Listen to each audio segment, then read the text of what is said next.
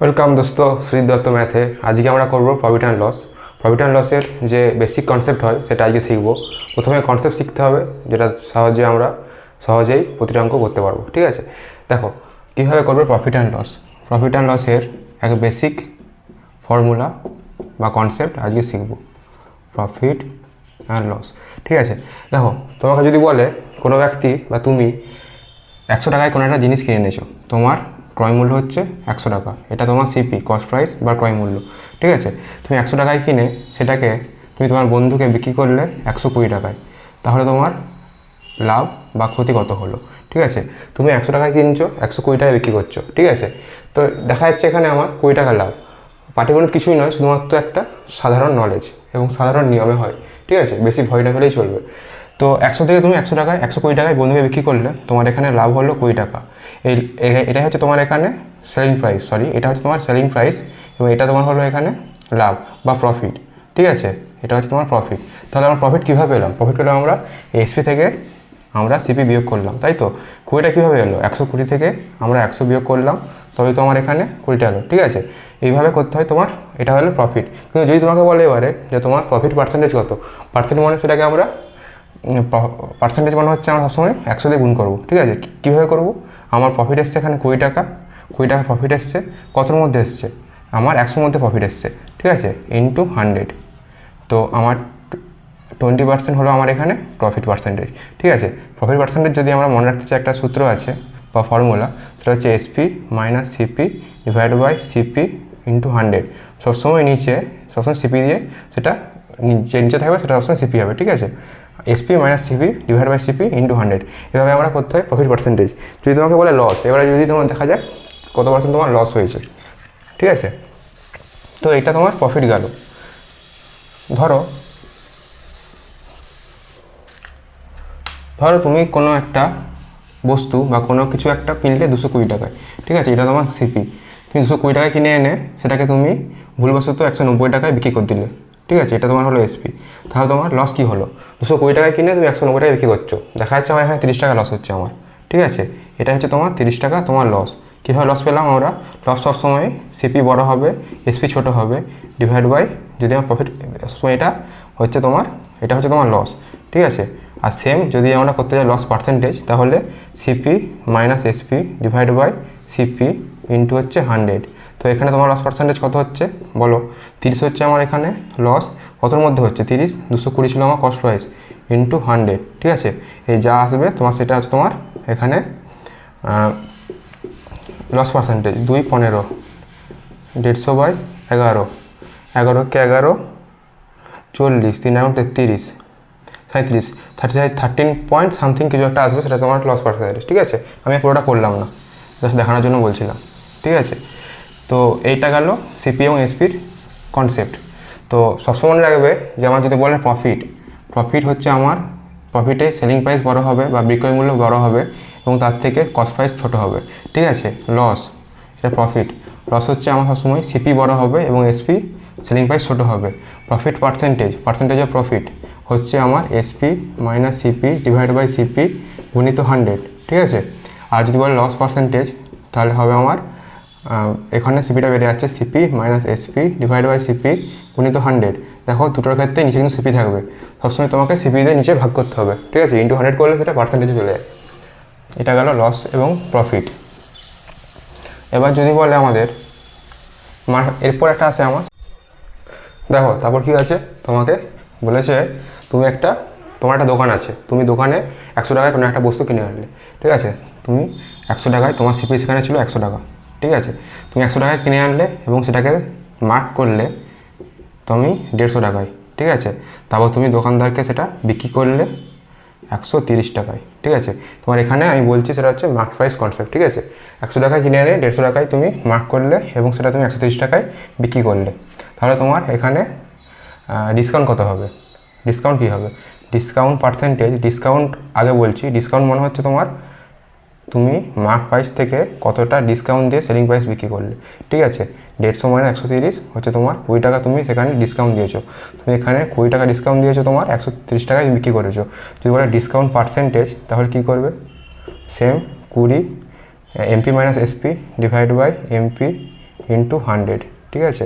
তাহলে এটা হচ্ছে তোমার 3 5 20, 40/3%-এ তুমি হচ্ছে ডিসকাউন্ট দিলে।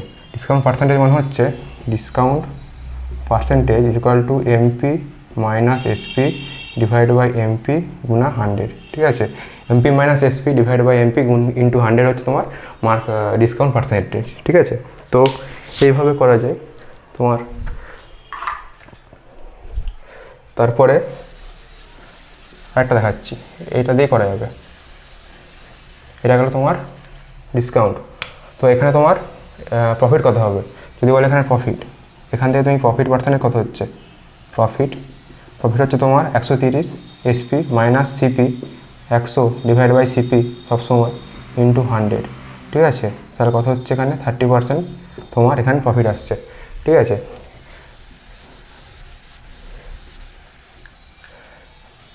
একটা জিনিস বলে রাখি, সেটা সবসময় তোমার সিপির থেকে সবসময় তোমার এমপি বেশি হবে।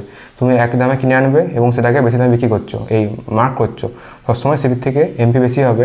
এবং এমপিটা সবসময় তোমার যদি ডিসকাউন্ট দাও, তাহলে ডিসকাউন্ট দিলে এমপিটা সবসময় তোমার এসপির থেকে বেশি হবে, ঠিক আছে।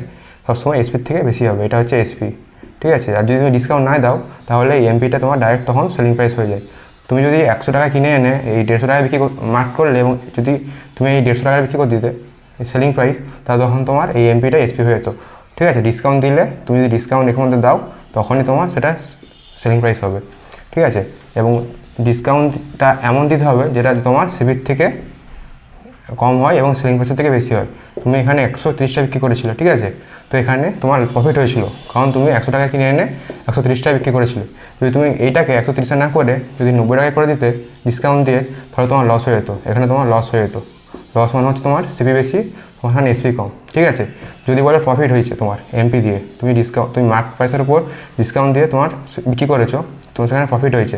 তো প্রফিট মানে তোমার দেখতে হবে সবসময় আগে, সেখানে তোমার এসপি সবসময় বেশি থাকবে, ঠিক আছে। সবসময় তোমার প্রফিটে এসপি বেশি থাকবে, আর লস হলে তোমার সেখানে সিপি বেশি থাকবে। এই দুটো জিনিস তোমাকে সবসময় মনে রাখতে হবে, এই দুটো জিনিস, ঠিক আছে। তো এইগুলোই আছে কনসেপ্টের, এইগুলোই, ঠিক আছে। যদি তোমাকে একটা বলে অঙ্ক দিয়েছি, দেখো করো। যদি বলে তুমি কোনো বস্তু 150 টাকায় কিনে এনেছো, সিপি তোমার 150, সেটাকে তুমি 200 টাকায় বিক্রি করলে, সেলিং প্রাইস 200 টাকা, তাহলে তোমার প্রফিট পার্সেন্টেজ কত হবে, এটা করে বলো কত হবে। তো এটা কী হবে, এটা SP minus CP divide by CP into 100, 50 divide by 150 into 100, 100/3, 33.33% তোমার এখানে প্রফিট হচ্ছে, ঠিক আছে। আর একটা বলে রাখি, সিপি তোমার 150, তুমি 200 টাকা তুমি সেখানে মার্ক প্রাইস করেছো, কিনে এনে তুমি দাম বাড়িয়েছো, বা যেই কেউ।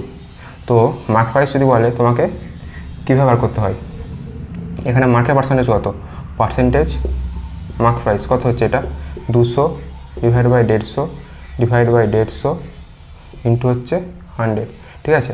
মার্ক প্রাইস হচ্ছে MP minus CP divide by CP into 100।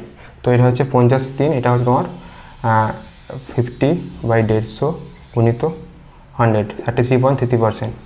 কারণ তুমি এই মার্ক প্রাইসে তুমি সেই জিনিসটাকে সেল করেছিলে, তো তোমার এখানে 33.33% তোমার মার্ক প্রাইস, ঠিক আছে। তো এইভাবে করতে হয়। যদি তোমাকে বলে তুমি 10% মার্ক প্রাইস করেছো, তুমি কোনো বস্তু 120 টাকায় কিনে, সিপি তোমার 120, এবং সেটাকে তুমি 25% বৃদ্ধি করে মার্ক প্রাইস করেছো, ঠিক আছে। তাহলে তোমার মার্ক প্রাইস কত হবে, ঠিক আছে। তুমি 120 টাকায় কোনো বস্তু কিনে এনে সেলিং প্রাইস, সেটাকে কস্ট প্রাইস 120 টাকায় কিনে এনে তুমি 50% তুমি তাকে বৃদ্ধি করলে, দিয়ে তুমি সেটাকে মার্ক প্রাইস করলে, তাহলে 25%, তাহলে তোমার মার্ক প্রাইস কত হবে তোমার, তাহলে এখানে এমপি সমান কত, ঠিক আছে। তো এমপি মানে কত হবে, এটা তুমি 25% মানে কত, যদি আমি রেশিও সাহায্যে করি, 25% হচ্ছে আমার 1/4 এমপি হয়, তাহলে যদি 4 সিপি হয়, তাহলে 4 + 1 5 হবে তোমার এমপি, ঠিক আছে। 4 আর 5 সিপি এমপি, এমপি সবসময় সিপি থেকে বড় হবে, এমপি সবসময় থেকে বড় হবে, ঠিক আছে। এই 4-এর মান হচ্ছে 120, এটাকে 30 দিয়ে গুণ করলে 120 আসছে, তো 5কেও তুমি 30 দিয়ে গুণ করে দাও, হবে 150, ঠিক আছে। তুমি 150 টাকায় তুমি মার্ক প্রাইস করেছিলে সেটাকে, 120 টাকায় কিনে এনে। অন্যভাবে করা যায়, 120 তোমার সিপি গুণিত 4/5, এই সরি 1/4, 1/4 মানে 5/4, ঠিক আছে, একই জিনিস। আমি যেটা করলাম সেটা একই, এইটাও যা এটাও তা, মানে হচ্ছে 150 হচ্ছে এমপি।